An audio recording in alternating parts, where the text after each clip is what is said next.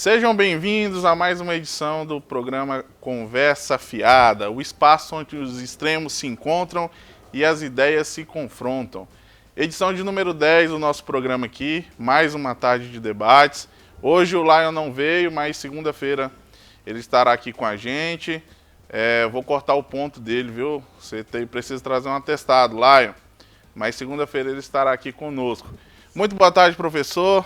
Boa tarde, meu querido José Caio. Prazer estar dividindo mais uma vez a bancada com o senhor, edição de número 10 desse programa que tem dado o que falar. Hoje, 20 de junho, dia do refugiado. 123 milhões de refugiados, segundo dados de 2024, ao redor do planeta. As causas são as mais variadas possíveis, principalmente por motivos econômicos e geopolíticos, onde tem a questão dos conflitos. Levar em consideração também que hoje o dólar está em 5,51 e principalmente o aspecto mais importante são os nossos convidados. Abraçar, meu abraço sincero, fraterno, cordial e respeitoso aos nossos telespectadores. Que Deus nos abençoe. Então vamos para mais uma edição do programa Conversa Fiada. E eu já quero chamar aqui para sua apresentação inicial o doutor Santiago Freire, grande advogado, jovem, mas altamente atuante. Boa tarde, doutor Santiago Freire. Seja bem-vindo aqui ao nosso programa. Boa tarde, professor Márcio Manuel. Agradeço pelo jovem. Essa parte foi a que eu mais gostei. Muito obrigado. É um prazer muito grande estar aqui com vocês, com nomes que eu já conheço e já admiro. Vai ser uma alegria passar esse tempo com vocês. Muito bem. Estamos recebendo aqui também a nossa jovem, também vou falar jovem, professor. Brasil. Jovem, jornalista, uma das melhores do estado de Goiás, Amanda Caixeta. Muito prazer receber você aqui, Amanda. Prazer, Zé Caio. Quero cumprimentar a nossa audiência. Estou feliz com a iniciativa do programa, edição de número 10, que alegria estar aqui estreando nessa bancada hoje. Então, parabenizo a iniciativa sua, do Lion, e que alegria também poder dividir estar aqui com o prefeito, nosso advogado, professor, você que já tem um trabalho atuante, tem quem está nos bastidores aqui também, agradeço a todos e vamos lá, né? Muito bem. Professor, apresenta o nosso convidado, o prefeito. Vamos lá. Então, para o pessoal aqui de Goiânia, principalmente, a TV Capital 32, canal 32.1 e para a TV Capital Anicuns 41.1. Então, convidar aqui para falar, primeira vez que você vê um prefeito dessas 10 edições, né? Primeira vez. Então, o prefeito da próspera, pujante, e a cidade está sempre crescendo, aonde tem uma culinária belíssima à base do milho, se eu não me falha a memória, prefeito Kleber de Freitas. É um prazer estar com o senhor aqui pela primeira vez no programa Conversa Afiada, viu, prefeito? Boa tarde a todos da bancada. Obrigado pelo convite, professor. Brasil. No qual tenho a honra de ser professor da minha esposa. Positivo, né? Exatamente. No qual, através dela, você fez convite. E estamos aqui para poder falar um pouco da nossa cidade, do nosso crescimento, da nossa querida Santo Antônio de Goiás, que tem a festa gastronômica do milho, tem a Folia de Reis, entre outros eventos maravilhosos que tem em Santo Antônio de Goiás. Estamos a 4 quilômetros só de Goiânia, né? Então, vamos conhecer Santo Antônio de Goiás. Exatamente. Eu que sempre levo os alunos ali na Embrapa, né? Embrapa Arroz e Feijão, que já está ali, já no município de Santo Antônio de Goiás. Amanda, de maneira carinhosa, eu quero agradecer a sua presença e dizer que a última vez que eu te vi foi num momento muito triste, né? Foi quando você perdeu sua mãe, né? Então, só quem perdeu mãe sabe a dor que é. Então, eu sei o quanto a Amanda está sofrendo e ela vai sofrer por muito tempo, vai chorar por muito tempo. Hoje eu consigo ir lá no cemitério, lá como é que chama? No jazigo da minha mãe, não chorar. Ela faleceu em 19 de outubro de 2012. Já tem um certo tempo, mas eu sempre ia e chorava. E por falar em chorar, Caio, me permita, nós perdemos um grande ator, tanto de novela quanto de teatro, 91 anos, falência múltipla dos órgãos, Francisco Coco. E eu quero fazer uma homenagem aqui a ele. Produção, coloca, por favor, o vídeo aí de Francisco Coco, um grande nome da dramaturgia nacional. Ele era considerado o Cauã Raymond da sua época. Mas hoje, o Brasil acorda mais silencioso. Perdeu um pedaço da sua memória afetiva. Francisco Coco partiu, mas sua luz jamais se apagará. Ele veio do Brás, filho de feirantes, e transformou quintais de terra em palcos de sonho. Por mais de 60 anos habitou nossas casas, com a sua voz grave que acalmava tempestades, o sorriso sagitariano que iluminava as noites e a elegância que fez história. Foi Herculano, o astro místico, Carlão, o herói do povo, Cristiano, o galã que definiu uma geração. Deu a vida a homens complexos e humanos, sempre com a maestria de quem amava a arte. Mas Cuoco era mais que seus personagens. Era o pai dedicado nos álbuns de família, o colega generoso que acalmou novatos, o guerreiro que aos 89 anos ainda dizia diante das câmeras: quero provar que sigo vivo. E em meio à dor da pandemia nos ensinou que só o amor constrói. Frase que ecoa com o seu maior legado. E hoje, quando as cortinas se fecham, sabemos, seu último ato foi uma lição de dignidade. Descanse em paz, mestre. Seu turbante simbólico, sua voz inconfundível, sua paixão pela vida, tudo permanece. E em cada cena que nos faz rir, chorar e acreditar. Portanto, obrigado por tudo, Francisco Coco. Por tudo e para sempre. O astro que nunca se apagará.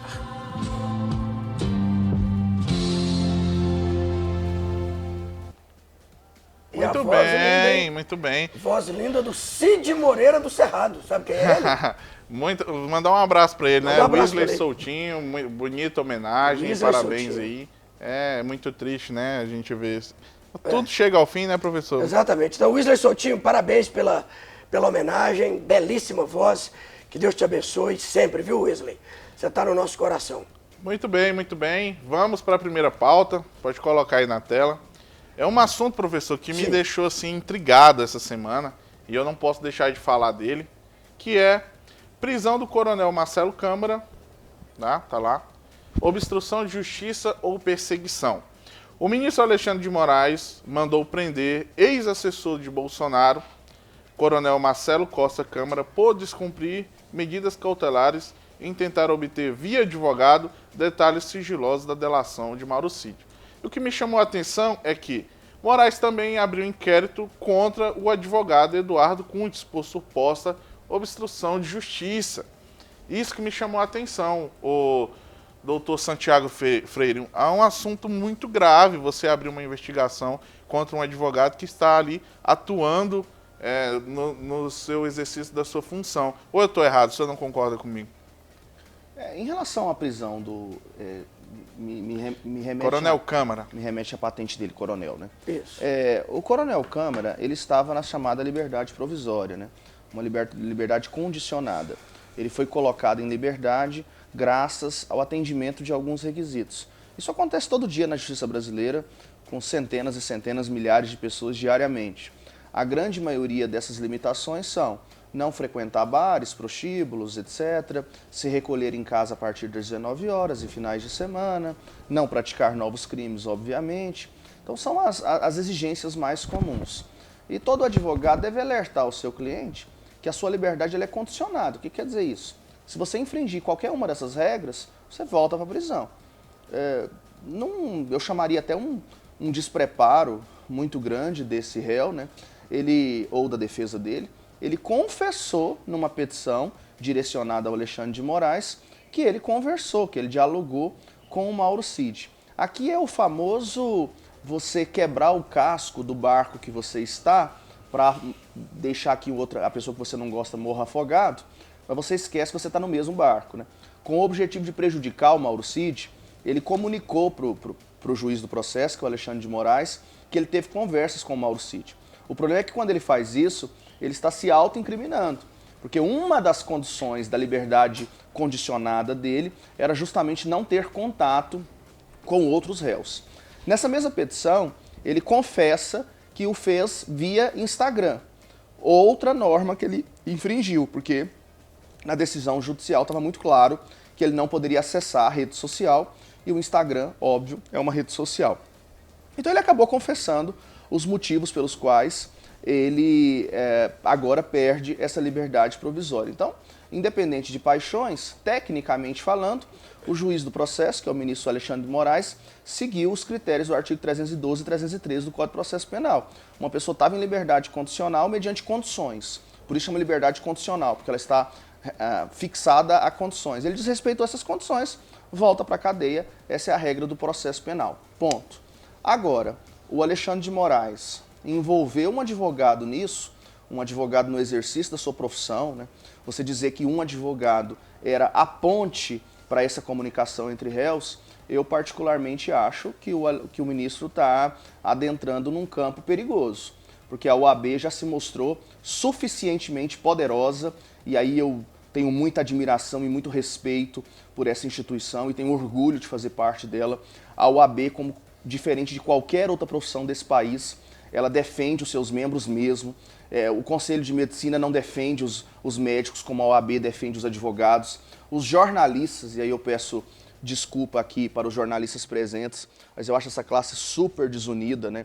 Se os jornalistas tivessem a união que os advogados têm, uma série de barbáries e desrespeitos contra advogados, contra jornalistas não aconteceriam todo dia.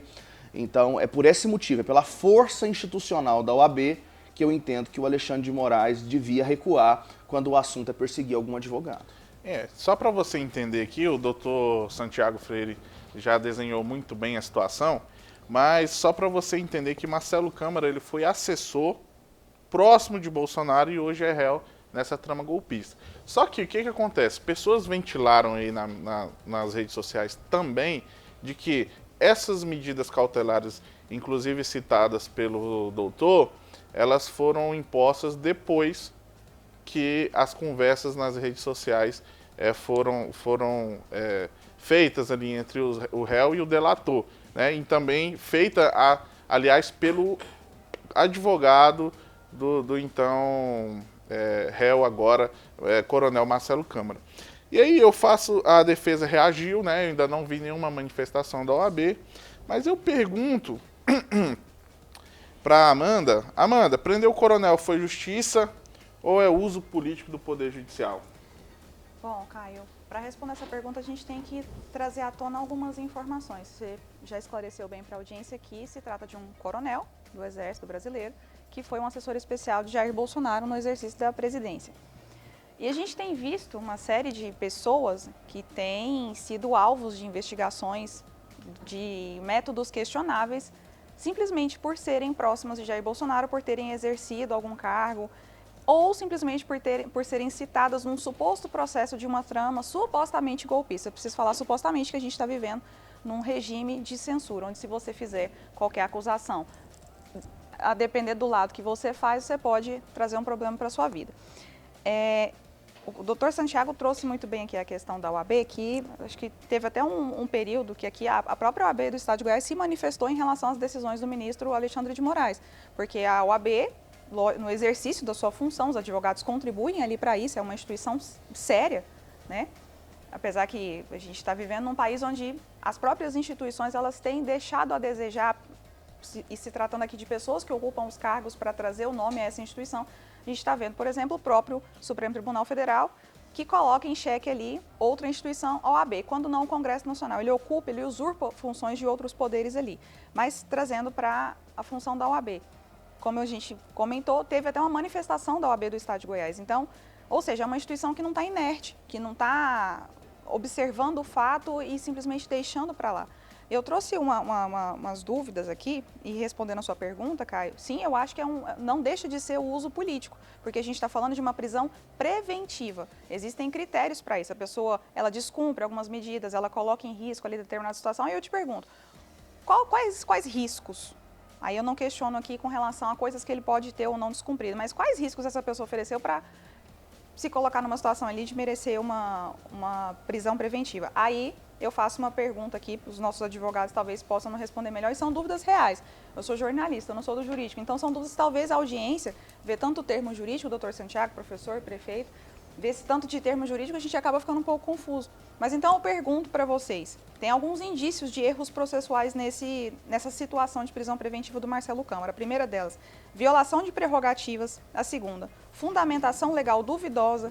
A terceira, ônus invertido. 4, prisão preventiva questionável. 5, desconsideração de indícios em que ferem a delação. O primeiro deles se dá por motivo de criminalizar as atividades inerentes ao advogado. A segunda, alega violação de medidas cautelares cujo prazo não estaria ativo. Terceira, transformação de atuação válida de defesa em crime de obstrução. Quarto, baseada em risco especulativo à instrução e não ao fato concreto. E o número 5, ignorar sinais de coação ou gravidade provável. Então, passo essas dúvidas porque acho que é importante a gente esclarecer para a audiência que, afinal de contas, a gente está tratando de um processo que pode ter graves erros no devido processo. E se a gente tem erros, a gente abre mais um precedente para que outras pessoas nas mesmas situações, por serem próximas de Jair Bolsonaro, por serem citadas e seja lá o que for, simplesmente por esse fato político, elas acabem talvez se colocando na mesma situação do coronel Marcelo Câmara. Muito bem. Professor, abrir inquérito contra o advogado fere o Estado Democrático de Direito ou você acha que Alexandre de Moraes está está tendo a sua atuação mais uma vez dentro da legalidade? Pois é, no que se refere ao advogado Eduardo Kuntz, eu vejo, assim, com uma certa reserva, o fato de dar a ele limitações de ação. Concordo com o doutor Santiago no que se refere ao advogado. Eu penso, e não só essa situação. Teve algumas situações que, vejamos, no processo do suposto tentativa, planejamento, execução de golpe, nós temos milhões, vou repetir, milhões de áudios, milhares de vídeos, dezenas de testemunhas, tanto civis quanto militares, e uma quantidade enorme de documentos. Os advogados dos acusados, tanto do núcleo 1, quanto do núcleo 2, quanto do núcleo 3, eles deveriam ter mais tempo para analisar. Isso eu tenho que deixar claro. Então, quanto ao advogado... Você acha que o STF está correndo demais com o processo? Não é que está correndo.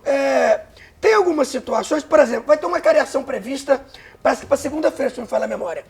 E aí o advogado do general Walter Braga Neto, ele pediu aí uns dias a mais, um tempo, pediu para prorrogar.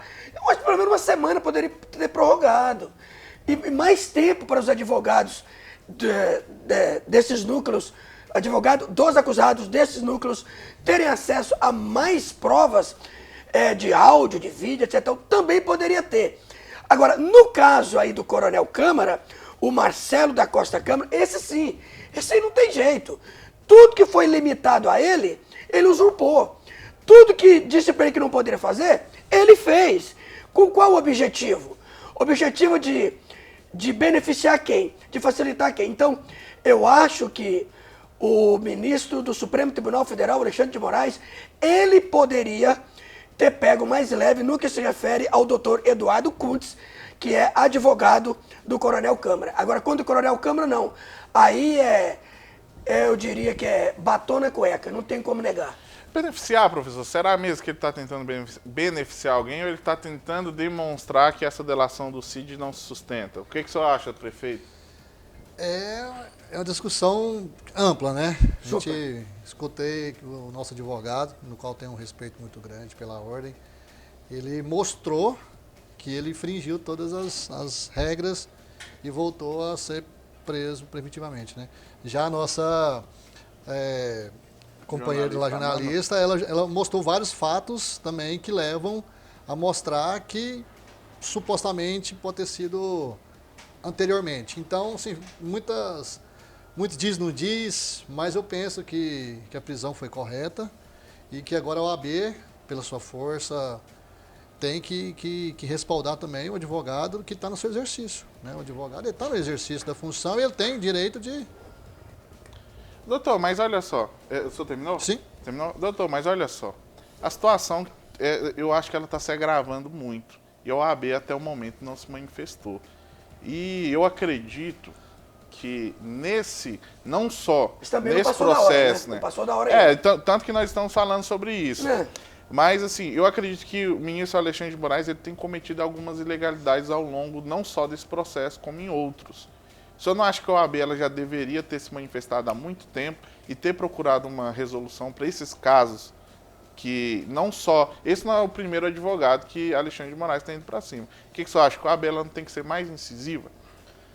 O primeiro ponto que é importante ficar claro aqui para a nossa audiência é que defender as prerrogativas do advogado não é interesse só do advogado, né? Essas prerrogativas, na verdade, elas são da sociedade. O que são as prerrogativas?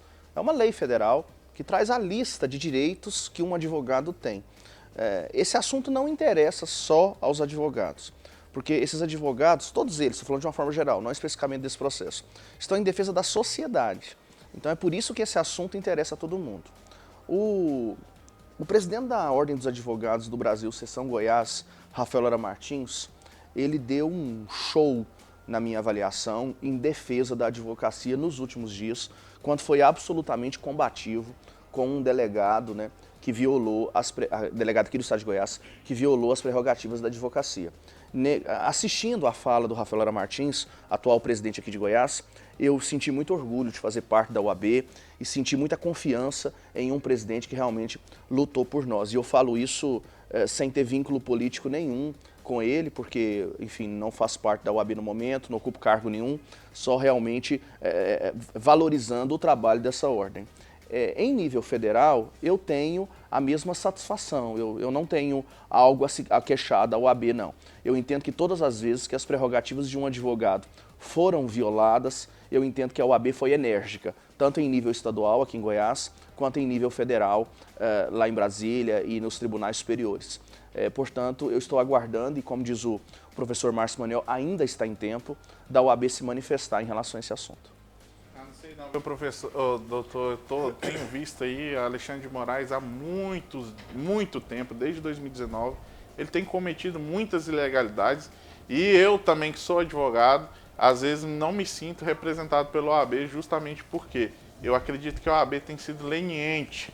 Muitas vezes vejo até nota da OAB apoiando muitas situações em que o Supremo tem agido fora da lei.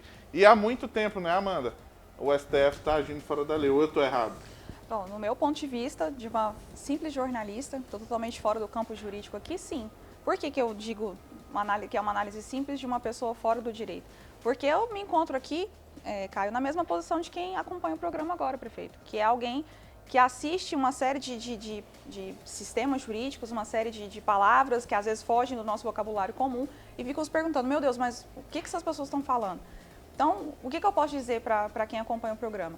É que é preocupante, do ponto de vista de nós que somos cidadãos, que assistimos ao acontecimento do direito, da busca pela justiça, que na minha análise é isso que o direito deve se propor a fazer, a busca pela justiça, não a formação de entendimento do que eu ou um grupo de pessoas que eu considero iluminadas tem que determinar o que é justiça ou não, mas é a busca pela justiça e ela se manifesta no dia a dia comum. É uma pessoa que interfere ali uma passagem sua, você vê que aquilo ali que está acontecendo de uma forma que te prejudica. Então você tem mecanismos na justiça para fazer com que a justiça aconteça ao seu favor ou da outra pessoa, independente ali de quem for acionar. E nesse cenário, é triste porque a gente está falando da última instância da justiça do Brasil. A mesma última instância que, você usou uma palavra bem aqui, leniente, com relação a muita coisa. Tem tanta coisa simples que acaba chegando no Supremo, então a gente está falando assim, de uma série de problemas até sistêmicos que existem lá. Mas atendo aqui a questão política do que está acontecendo. A gente está falando da última instância da justiça brasileira, que atua de forma política. A gente tem ministros da Suprema Corte dando entrevistas, participando de fóruns, atuando ali de forma jurídica e, às vezes, até se colocando ou dando abertura para que os parlamentares judicializem tudo. Ou seja, discussões que era para acontecer no Congresso, não, eu sou do PSOL, José Caio, então não concordo com a decisão que você do PL acrescentou, eu vou lá e vou judicializar, porque aí eu travo isso, mas isso eu não estou só travando um processo, eu estou travando o próprio poder do Congresso Nacional. A gente tem matérias recentes que, não sei se foi o Fux, não vou cometer o erro aqui de citar indevidamente, mas uma pessoa falou, não, mas espera aí, tá acontecendo isso aqui, mas então o ministro vai lá e conversa. Gente, isso não pode acontecer. A gente está falando do mesmo grupo de pessoas que ouviram lá, missão dada é missão cumprida. Um ministro que falou assim, perdeu o Mané, comemorando que um grupo político perdeu. E a gente vê também a parcialidade com que a justiça tem acontecido. Ou seja, para prender traficante, trazendo agora para a justiça comum, para prender traficante, a burocracia ela é muito simples. Você resolve ali com 4 dias, está solto. Agora, para você prender uma pessoa com supostos análises, com supostos crimes, com suposta tentativa de golpe de Estado, a pessoa não pode fazer nada, sabe? Então, assim, é uma coisa assim, persecutória, sabe? A mesma corte lá que atua, que milita a favor de censura, sabe? Que você só vê um lado político sendo perseguido. Quantas pessoas, o próprio presidente da República, que acionou lá seus amiguinhos lá, que ele mesmo, muitos deles indicados por si, foi lá e não. Tá de acordo aqui, esse processo não deveria ter acontecido aqui da forma como foi, uma questão logística aqui, geográfica, sabe? Então, assim, nós cidadãos, a gente vê a tentativa, né, da justiça acontecer, a gente fica triste, porque trazendo para o nosso dia a dia comum, é a mesma justiça que se propõe a soltar traficante, a ser conivente com bandidolatria, que na hora de fazer a justiça acontecer, que a gente, na verdade, vê a perseguição política. É simples. Professor, tem o Cláudio Moreira, da Vila Bajá, ele pergunta para o doutor Santiago Freire se o ministro do Supremo Tribunal Federal, ele pode fazer a palestra em faculdade, ele pode ter a vida dele comum, sem necessariamente ser politizado. Primeiro eu vou responder do ponto de vista da lei, depois eu vou responder o que eu acho. Do ponto de vista da lei, sim. Um ministro do Supremo Tribunal Federal pode palestrar, pode participar até de entrevista aqui, como um programa como esse. Quero lembrar que quase todos os ministros já foram indicados pelo Lula, indicados pelo Bolsonaro, indicados por outros, já foram no famoso programa Roda Viva, por exemplo. Alexandre de Moraes, por exemplo, foi indicado pelo Michel Temer, né? Isso. Então, legalmente falando, pode. Agora, eu defendo um juiz de baixa exposição, eu defendo um juiz que não tenha Twitter, que não tenha Instagram, eu defendo um juiz que não dê entrevistas para proteger a necessária imparcialidade do Poder Judiciário. Só que o movimento que a gente vê é outro, né? O movimento que a gente vê é delegado tiktoker, o movimento que a gente vê é ministro dando entrevista a todo momento, com perguntas inclusive de cunho pessoal, a opinião pessoal. É importante lembrar que a opinião pessoal de qualquer juiz, de qualquer promotor ou de qualquer delegado é totalmente irrelevante. Porque nenhuma dessas pessoas passaram no concurso público da opinião pessoal. Essas pessoas devem cumprir a legislação. O que essas pessoas pensam pessoalmente sobre qualquer assunto que seja é totalmente irrelevante. Mas no Brasil, nos últimos anos, tornou-se uma prática dos membros do Poder Judiciário, do Ministério Público, etc. O senhor pensa assim, só para ministro Supremo Tribunal Federal ou para Tribunais de Justiça das unidades federativas também deveria ser mais reservado? O problema em relação aos juízes estaduais é muito mais grave do que os ministros do Supremo. A participação dos juízes estaduais aqui, do Estado de Goiás, do Tribunal de Justiça de Goiás, a exposição dessas pessoas é muito maior do que os ministros do Supremo. Então esse problema é generalizado. A gente olha para o Supremo Tribunal Federal porque é a corte com maior foco, mas o problema existe na mesma proporção, ou até mais grave, em juízes de primeiro grau. Tem um efeito cascata, né? Acontece quando aquela mais alta corte ela se mostra de uma forma, ela decide de uma forma, mesmo que não tenha um efeito vinculante, acaba refletindo nos outros tribunais, tanto STJ como os tribunais estaduais. Mas, professor, isso que acontece de palestra, de entrevista, eu acho que até não tem tanta nocividade como posicionamentos políticos. Foi a curiosidade do telespectador, né? Mas eu acho, assim, na minha opinião, o que é pior é você falar, perdeu o Mané, derrotamos o bolsonarismo, se colocando... Já se assumiu comunista no passado. Exatamente, um ministro que já foi governador, que se assumidamente comunista.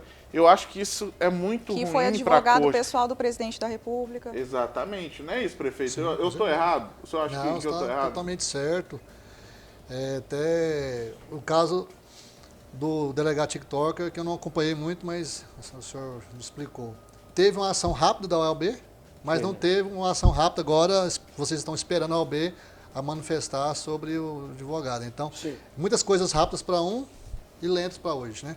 A questão também de TikToker, de exposição na mídia. Por exemplo, eu sou um prefeito que não gosto muito de ficar mostrando a minha vida pessoal e as ações que a gente faz no município. Mas a gente vê hoje também os prefeitos, vereadores, vários prefeitos e vereadores TikTok. Eu acho que a gente tem que mostrar mais ação, tem que ser mais enérgico, tem que fazer acontecer as coisas no nosso município do que a exposição. Eu acho que o Alexandre de Moraes expõe muito, eu acho que vários outros ministros expõem muito e tem que ser reservado, porque o cargo que ele está hoje exige isso. Ele tem que ser imparcial. Eu estou vendo que várias falas de vocês, e da própria fala de vocês, a gente mostra que as pessoas, um defende um, mas não defende o outro, né? Rapidez para um, lentidão para outro. Então, acho que as coisas tomou muito internet. A internet tomou conta de todos os âmbitos, né? Mas o senhor se afasta da rede social, vamos destacar aqui o Instagram, que eu acho que é de maior repercussão. O seu pessoal ou o seu funcional? Porque política depende de voto. Se o senhor está fazendo coisas boas no município de Santo Antônio de Goiás, ele tem que ser mostrado. Porque vocês dependem de voto. Senão o senhor pode tentar uma reeleição, não sei se pode tentar reeleição depois. E aí? O senhor não mostrou, sendo que pode ser mostrado. Ou o senhor tem um Instagram funcional onde eles são mostrados? Não, tem um Instagram funcional onde a gente mostra nossas ações do dia a dia da prefeitura, do prefeito. Sim. E eu tenho a minha rede social, mas a minha rede social é praticamente minha vida, minha família. Mas os prefeitos, se você for observar, dentro da própria institucional é o TikToker. Dentro da própria rede institucional mostra o dia a É dia. verdade. Deixa eu só fazer uma questão aqui, Armando, eu vou passar a palavra para você, e aí eu vou pegar um gancho que o prefeito falou, que nós estamos aguardando aí um posicionamento da OAB em relação ao ministro Alexandre de Moraes, porque a OAB ela foi muito rápida em relação ao delegado TikTok. Isso. E aí eu vou fazer uma crítica aqui de novo à OAB, porque é o seguinte, o que eu vejo é que quando é contra delegado, contra policial, contra tudo, a OAB ela é muito rápida, né? Mas quando se trata de um juiz, porque o juiz foi lá e converteu a prisão preventiva, a prisão em flagrante em prisão preventiva. E aí a OAB não fala nada contra o juiz, a OAB não fala nada contra o ministro, porque eu tenho falado, desde 2019, nós estamos vendo ministro Alexandre de Moraes, eu não vou nominar aqui assim, mas eu vou falar em torno, o STF tem cometido ilegalidades, a OAB não tem feito nada. Porque como o doutor Santiago falou assim, ó, as prerrogativas do advogado, elas têm que ser defendidas não só por interesse do advogado, mas da sociedade, entendeu? Mas, Amanda, o que você ia falar? É que a gente entrou na questão das redes sociais e como traz para a comunicação, eu fico mais confortável, porque é o campo que eu atuo. Você sabe que eu considero muito positivo do ponto de vista de liberdade quando o prefeito pode optar, José Caio, por falar assim, não, eu prefiro que minha vida pessoal se mantenha privada, as minhas informações ali da minha família, meu dia a dia, eu prefiro que se mantenha privado, mas eu entendo a necessidade de passar para a informação o que é feito, igual o professor colocou bem aqui. Não, eu preciso passar para a população o que está acontecendo na prefeitura, o que está sendo feito, de prestar contas ali.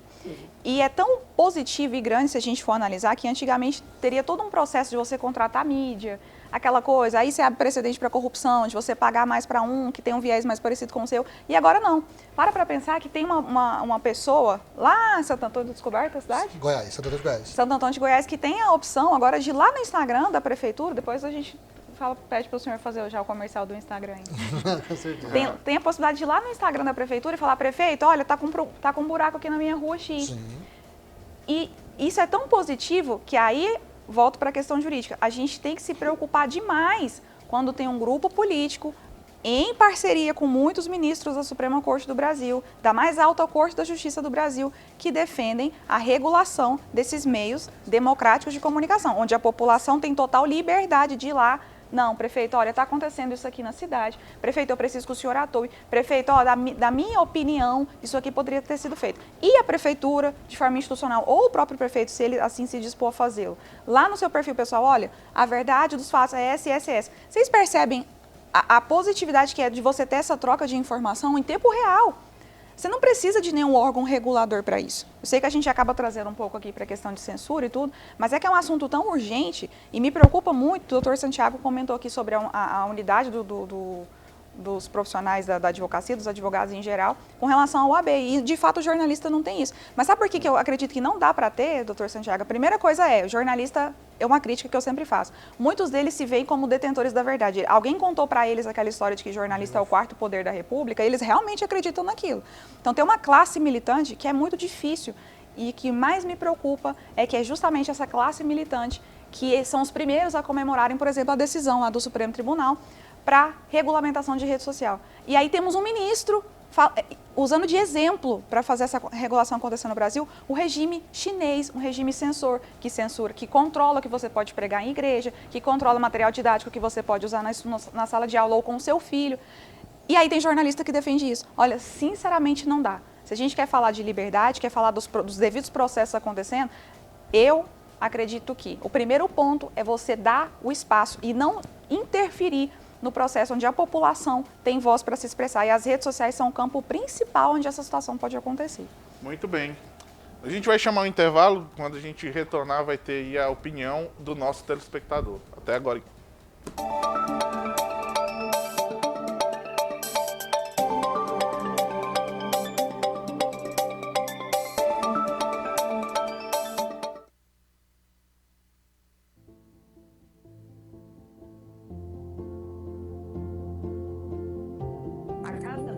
Nasceu do desejo de oferecer muito mais do que produtos. Nós oferecemos experiências. Bebidas selecionadas com propósitos, histórias e brindes inesquecíveis. Por trás de cada garrafa entregue, existe um caminho de precisão, cuidado e compromisso. Aqui no coração do nosso centro de distribuição, cada detalhe importa. É onde a curadoria encontra a logística, porque mais que entregar bebidas, entregamos experiências, com pontualidade, respeito e dedicação a quem confia na Casa da Bebida. Faça seu pedido na maior loja do Brasil, Delivery em Goiânia e região. Ou acesse o nosso site casadabebida.com.br. Envio para todo o Brasil.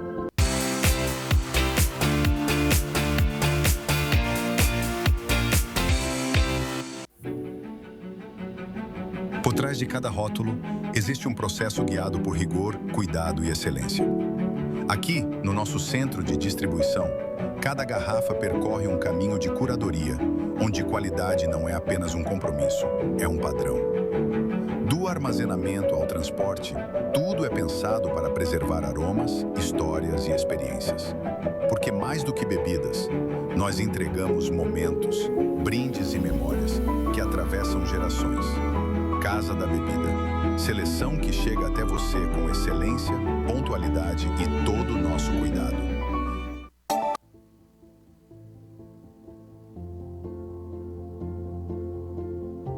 A Casa da Bebida nasceu do desejo de oferecer muito mais do que produtos. Nós oferecemos experiências. Bebidas selecionadas com propósitos, histórias e brindes inesquecíveis.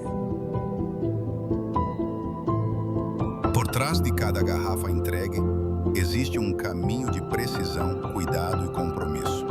Aqui no coração do nosso centro de distribuição, cada detalhe importa. É onde a curadoria encontra a logística, porque mais que entregar bebidas, entregamos experiências, com pontualidade, respeito e dedicação a quem confia na Casa da Bebida. Faça seu pedido na maior loja do Brasil, Delivery em Goiânia e região. Ou acesse o nosso site casadabebida.com.br. Envio para todo o Brasil.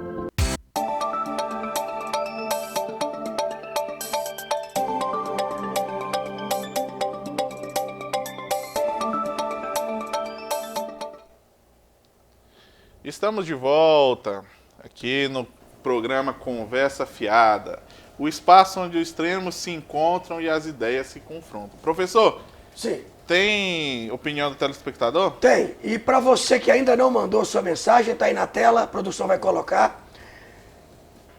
981512288.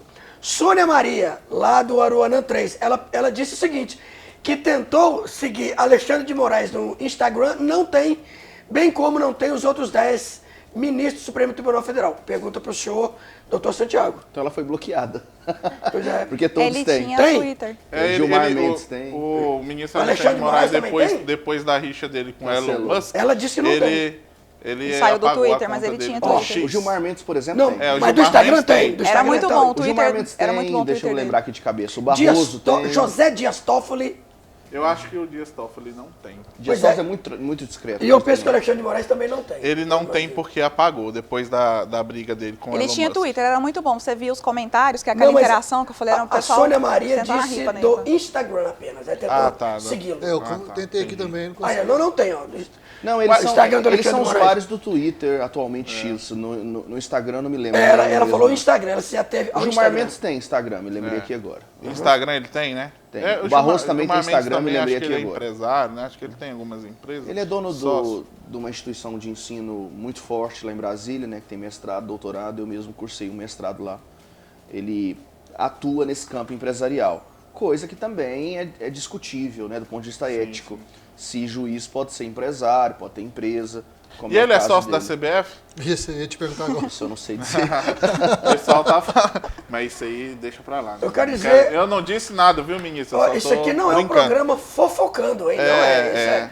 Uai, isso aqui é conversa afiada. afiada. Uai, então falaram errado pra mim ali na porta. Aí eu Negócio de fofocar. tava não buscando existe. informações Vamos aqui. puxar a segunda pauta? Segunda pauta. Vamos, Pauta dois, vamos um falar do retorno. governo agora. Pauta 2, pode colocar aí na tela. Um governo fraco. Lula refém do Congresso. Em editorial do Estadão, o Estadão descreve um governo que vem perdendo a autoridade. Lula teve vários vetos derrubados pelo Congresso, perdeu o poder de articulação e deixou o Legislativo ditar a agenda. A questão central, um presidente sem base é um governo em risco, professor? De fato, ele não tem uma grande representatividade na sua base no Congresso. E quando eu falo o Congresso, eu falo os 513 deputados e deputadas federais e eu falo os 81 senadores e senadoras. Quando está ali, ó, no caractere, um governo fraco, 2 pontos, como se estivesse afirmando, pode ser fraco no que tange, no que diz respeito à representatividade da sua base, né? Eu imagino que seja isso. Porque no final lá tem a interrogação, professor. Era para continuar, e no final tem, ó, Lula refém do Congresso? Refém do Congresso, a pergunta, mas quando fala um governo fraco, aí não está perguntando, poderia ser uma pergunta mas e não, no final, e não uma professor, afirmação. Não Né? é uma afirmação, ali é uma frase só. Pensa como uma frase Veja só. bem, quando nós temos um pedido do governo com uma emenda, com um projeto, principalmente na área fiscal, na área tributária, isso acaba preocupando porque eu concordo que o governo ele deveria gastar menos e não cortar. Porque ao cortar, ele vai cortar onde? Ele vai cortar nos programas de amparo às pessoas de baixa renda? Deveria cortar onde? Nas emendas impositivas, mas aí ninguém quer, tá entendendo? Então, o Congresso, ele é tigrão na hora que fala dos gastos do governo. Mas quando pensam em cortar parte das suas emendas impositivas, ela deixa de ser tigrão. Aí vira o quê? Tchutchuca. Por quê? Nós estamos há um ano e talvez 6 meses, 1 ano e 5 meses, talvez 1 ano e 7 meses, né? Das eleições. E essas emendas que os deputados e senadores têm, as emendas impositivas, acabam tendo um papel fundamental para a sua tentativa de reeleição. Que é para onde eles vão encaminhar isso aí. Então, essa pergunta sua tem que passar por isso que eu disse. Com relação às emendas impositivas, que é ali que tem que ser o corte. Porque qual é o valor das emendas impositivas? 50 bilhões. 58 bilhões. Aí vão dizer, mas grande percentual dessas emendas vão para a saúde e vão para a educação. Mas nós estamos falando de bilhões. Então, eu imagino que a partir do momento que o Congresso seja republicano e pense no povo, e não aquela ideia, tudo que esse governo botar para votar, tudo que esse governo enviar para o Congresso para votar, vão votar contra. Mas isso não é ser republicano. Você tem que pensar no povo e não em você assumir o poder. A oposição, ela tem que ser uma oposição consciente, porque continua sendo brasileiro, continua sendo republicano, e tem que pensar no povo e nos seus eleitores, e não ser uma oposição vingativa. Não estou dizendo que são, estou dizendo que não deveria ser, que não poderia ser. É por aí que eu quero dizer. Então, o que acontece, doutor Santiago? Mais de 10 vetos presidenciais foram derrubados, certo? O Congresso impôs algumas regras orçamentárias, como o professor acabou de falar, e aumentou o fundo partidário e criou algumas CPMIs. Seria o veto do veto, né? O que o senhor acha, assim, que o Lula ficou... Hoje ele está refém do Congresso? O Lula 3, ele tem bem menos força no Congresso do que o Lula 1 e 2. Isso é um fato. Se a culpa fosse só do Lula, ou se fosse uma exclusividade do governo Lula, ou se fosse só um problema do governo Lula, eu ficaria mais tranquilo. Só que a nossa experiência dos últimos 4 presidentes tem nos mostrado que a gente tem um Congresso cada dia mais sanguessuga. Um Congresso Nacional, eu falo isso sem medo de estar sendo injusto. O Congresso Nacional, salvo as boas exceções de deputados federais e senadores que temos, mas de uma forma geral, o nosso Congresso Nacional é absolutamente sanguessuga e não é com o presidente da República, não. É com a gente, com o povo. O presidente Bolsonaro é um exemplo de alguém que foi, acredito eu, até mais refém do Congresso Nacional do que o próprio Lula, né? Alguém que abriu as pernas do dinheiro público completamente. Eu quero lembrar que para pagar o que os congressistas queriam, para enfiar o dinheiro no Congresso Nacional, o que os deputados federais queriam, o presidente Bolsonaro deixou de pagar os precatórios, por exemplo. Coisa que para nós, advogados, saiu caríssimo, porque no governo Bolsonaro não se ganhou, não se recebeu o precatório. 92 bilhões. O que é precatório, para quem está nos ouvindo? O poder público, quando ele tem que pagar alguém, um processo judicial do INSS, por exemplo, a forma de se pagar é através de um documento chamado precatório. O Bolsonaro não pagou nenhum precatório, de nada, de ninguém. O Lula que teve que pagar, e não porque quis, porque o Supremo Tribunal Federal mandou o Lula pagar. Ele não pagou a dívida do Bolsonaro, ele falou, não foi porque ele é gente boa, não. O Lula pagou porque o Supremo mandou. Tudo isso para quê? Para enfiar o dinheiro no Congresso Nacional. Então, Dilma, muito refém do Congresso Nacional. Temer médio, porque Temer é um homem de uma personalidade forte, né? Você, gostando dele ou não, você tem que reconhecer que ele é um articulador. Bolsonaro foi refém do Congresso Nacional. Assim, uma coisa assustadora como que o Congresso Nacional mandou no Bolsonaro, principalmente o centro, principalmente o chamado centrão. E agora o Lula é outro, igualmente, refém do Congresso Nacional. Então isso mostra que o Congresso Nacional brasileiro, mandato após mandato, de presidente após presidente, independente desse presidente ser da esquerda ou da direita, a gente mostra que nos dois casos aconteceu a mesma coisa, esse Congresso Nacional fica cada vez mais forte, o presidente da República cada vez mais fraco, e esse Congresso Nacional cada vez mais sanguessuga com o dinheiro público. A gente, e é a minha avaliação, a gente tem que discutir seriamente o poder que o Congresso Nacional pode ter nesse país. Porque eu quero lembrar que o artigo 2º da Constituição, ela fala em 3 poderes, independentes e harmônicos entre si. E eu vejo um desequilíbrio em vários momentos, em vários pontos, não só em relação ao Congresso Nacional. Mas qual que é o problema? O problema é que quem cria as leis é o próprio Congresso Nacional. Eu quero lembrar, por exemplo, que há poucos dias atrás, não sei se vocês discutiram isso aqui, o presidente da Câmara dos Deputados, Hugo Mota, ele teve a coragem, que precisa de coragem, né, de propor uma lei para que os deputados aposentados recebessem salário e aposentadoria ao mesmo tempo. Quer dizer, são 2 Brasis que a gente vive, né? Porque é um Brasil de crise, é um Brasil onde as pessoas estão sem dinheiro da picanha, que tanto se fala nessa carne, nessa picanha, né? Mas é o mesmo Brasil onde os juízes aumentam o próprio salário, reajuste em cima de reajuste, penduricalho em cima de penduricalho, e é o mesmo Brasil onde o presidente da Câmara, num momento de fome do brasileiro, ele propõe que os deputados cumulem aposentadoria e salário. Quer dizer, que país é esse? Não querem cortar na carne, eles não querem cortar na carne, né? Muito bem. Prefeito, em cima do que o doutor Santiago Feira acabou de falar, você acha que o presidencialismo está enfraquecido e pode ser o fim?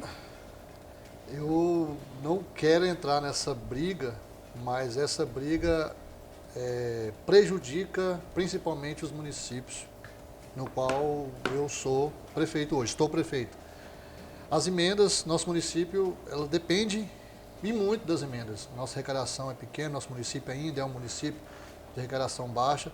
E as emendas não chegaram ao nosso município. E todas as emendas que vieram, eu estou reeleito, todas prestamos conta das emendas. Todas as emendas que eu tive, tanto federal como estadual, tivemos que prestar conta. Prestei conta. Prestamos conta, zeramos a conta no qual o recurso chegou. Transparência, né, Transparência. Transparência. Aí todo mundo fala, as emendas não tem transparência, não tem transparência. Eu sou obrigado a prestar conta das emendas. Reformei prefeitura, ampliei prefeitura, tive que prestar conta. Estou fazendo um posto de saúde, estou finalizando agora, vou prestar conta. Recebi um carro, prestei conta. Recebi um caminhão, prestei conta. Então, assim, nosso município depende muito das emendas. E essa briga, quem manda mais? Seu Supremo, seu governo, seus ministros, seu presidente, quer dizer que afeta muito nós municípios. E é lá nós municípios que giramos. É lá a gente atende a população, de vez de ir para a capital, nosso município, os municípios de pequeno porte que atende, então essa briga prejudica muito. Eu não quero entrar quem manda mais, quem manda menos, mas eu só sei que está afetando e muito nós municípios. E eu defendo todos os prefeitos, que todos os prefeitos estão na mesma dificuldade que eu. Dependemos muito das emendas. Muito bem. Amanda, governo Lula está refém? Você acha que o Congresso está governando? Está deixando o governo Lula de lado? Sequestrou o orçamento mesmo? Longe disso, quem governa é o STF. Por favor, vamos respeitar aqui os pilares da democracia. Então o poder mais fraco é o executivo. Bom, acho que é importante o seguinte, a gente está vendo um governo que está desesperado, está com a popularidade em baixa, né, todas as pesquisas mais recentes, eu não lembro o nome do instituto, o professor deve saber que ele é melhor de memória que eu. CNT? Eu acho que foi CNT, isso mesmo, que mostrou que a popularidade do Lula, ela está sempre em queda. E o Datafolha também. Pois é, então é uma amostragem, é claro que não dá para a gente fazer um recorte completo, mas é uma amostragem que apresenta indícios, né? E dentro disso, o que dá para dizer? A população está vendo que a gente está lidando com um governo que não está fazendo um bom trabalho no país. A exemplo disso, tudo que a gente vê, tudo mais caro. Você vai comprar café, está mais caro. Você vai comprar açúcar, está mais caro. Você vai fazer sua compra na feira. Antes você voltava com 2 sacolas, agora você volta com uma. Sabe? Então, votando a favor de projeto que vai aumentar a luz, a energia em casa. Então, assim, isso citando pouca coisa aqui, mas vamos lá. O professor colocou algo aqui, a gente tem várias camadas de problemas aqui, né, nessa situação. Primeira delas, o professor colocou o seguinte, mas a oposição não pode fazer um trabalho, né, que vai prejudicar a população. Então, às vezes ela vai precisar votar com o governo, mas dentro dessa afirmação a gente já parte necessariamente do pressuposto de que o governo está apresentando é positivo e que quem está fazendo um trabalho negativo seria a oposição e não votar a favor. O que nem sempre é assim, porque tem muito daqueles, Caio, aqueles famosos jabutis. O governo apresenta um projeto, por exemplo, o PL da censura que foi apresentado no início de 2023. Mas é um projeto para regular. E vai lá o presidente agora e a sua primeira-dama corroborando com essa narrativa. É só para ajudar, para proteger as crianças. Mas, no fim das contas, é censura. Então, isso aqui é só um exemplo, tá? Então, não necessariamente o que vem do governo é positivo. Às vezes, muito pelo contrário. E, do meu ponto de vista, 100% das vezes, que um parlamentar vota contra algo do governo, ou para derrubar um veto, ou para manter um veto, seja lá o que for, que vai contra a nossa liberdade, que vai contra a liberdade econômica, ou de ir e vir, ou de se expressar da população, é isso mesmo que o parlamentar deve fazer. Outra questão aqui é com relação às emendas. O que são essas emendas impositivas que o professor citou? São aquelas emendas em que o prefeito é prova viva disso aqui, trouxe o exemplo lá de quem está na base. São aquelas em que os deputados, eles são... chegam os prefeitos, vereadores, eles apresentam essas emendas, esses pedidos, mostram a necessidade, tem uma série de regras que precisam ser cumpridas, isso, e apresentam para os deputados e senadores. E o governo é obrigado por lei a pagar aquilo. Mas percebam que, vou dar exemplo aqui de uma cidade do estado de Goiás, se eu não me engano, Caturaí. Eu conversei com umas pessoas de lá recentemente e teve uma época em que uma determinada empresa grande queria se instalar na cidade. Mas não podia, porque se a empresa se instalasse, a população ia crescer economicamente, a população não ia ficar mais refém, às vezes, de um cargo do sistema ali de distribuição de cargos da prefeitura, e isso ia prejudicar com relação à economia da cidade, ou seja, quem mandaria a emenda perderia o controle da população, ou seja, acaba funcionando como uma compra de voto com o dinheiro do pagador de impostos. A gente sempre reclama, né, prefeito, que, mas está comprando voto na época de eleições, mas infelizmente o prefeito aqui mostrou que o trabalho dele é sério, que não é o seu caso, mas infelizmente essas emendas normalmente não funcionam dessa forma. Não são coisas positivas. Eu convido a audiência a pesquisar lá. Escândalos, emendas, Brasil. Só isso. Você vai ver uma série de coisas lá. Então, é um problema em várias camadas. Primeiro, um governo ruim, que defende coisas ruins, que não se preocupa com a população. E segundo, um sistema que tem vícios muito preocupantes. Porque a gente tem que ter um prefeito que tem que ficar lá com o pires na mão, indo lá bater na porta de deputado, senador, por favor, ajuda a minha cidade. Às vezes não tem nem liberdade para poder falar assim, não, eu vou convidar uma empresa para prestar um bom serviço aqui, porque fica na mão de deputado e senador que se utiliza desse sistema para se perpetuar no poder. Certo. Estamos chegando no final do programa e aí a gente vai começar o nosso quadro Afiada ou Piada, tá? Afiada para sim, piada para não. E aí, um breve comentário, pequeno, que a gente já está chegando no final, tá? Vou falar aqui com o doutor Santiago Freire. Doutor, afiada para sim, piada para não. O executivo já perdeu completamente a capacidade de... Fugiu a palavra, professor. Articular com o Congresso? Piada é para não, né? Piada, ainda não. Ele está enfraquecido, mas dizer que ele perdeu completamente é cedo, é precoce. Amanda, o governo perdeu completamente a capacidade de articular com o Congresso? Não, ainda não, porque ele ainda tem o recurso das próprias emendas. A exemplo, um levantamento da CNN, que o doutor mencionou aqui que Bolsonaro arreganhou as pernas, mas na verdade o governo Lula mais do que dobrou a estimativa lá de gastos com relação às emendas. É só você dar um Google aí na CNN e pesquisar.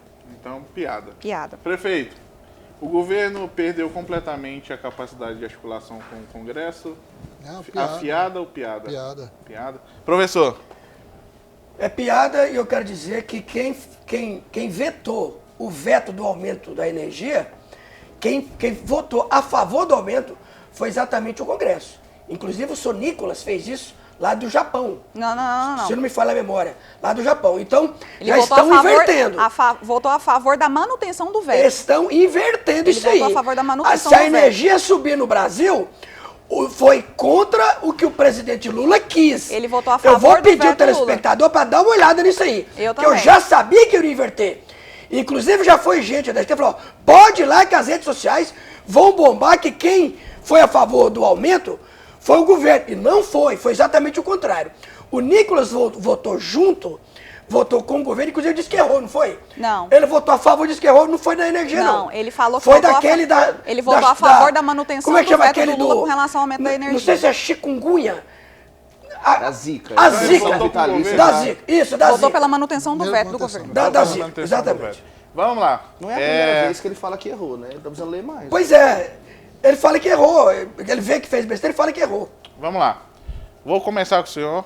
Brasil, vamos lá. O modelo atual do presidencialismo está falido? Não. Afiada ou piada? Não, tá falido para quem perde a eleição, para quem não concorda com o resultado, para quem... Não, mas não tem nada a ver com a eleição, não, professor. A gente está falando do sistema justamente em relação ao Congresso. O presidencialismo está mais sólido do que nunca. E graças à solidez, aqui não tem nenhum tipo de situação para a situação antidemocrática. Então é piada. Piadíssima. De mau gosto ainda, inclusive. Doutor Santiago Freire, o modelo atual do presidencialismo está falido? Brasil, afiada, né? Ou piada? Do Brasil. Tá. Piada, não está falido, não. Os poderes estão em crise, já faz um tempo. Os poderes estão desarmônicos, já faz um tempo. Agora, falido, longe disso, né? Um sistema que funciona e deve voltar a funcionar.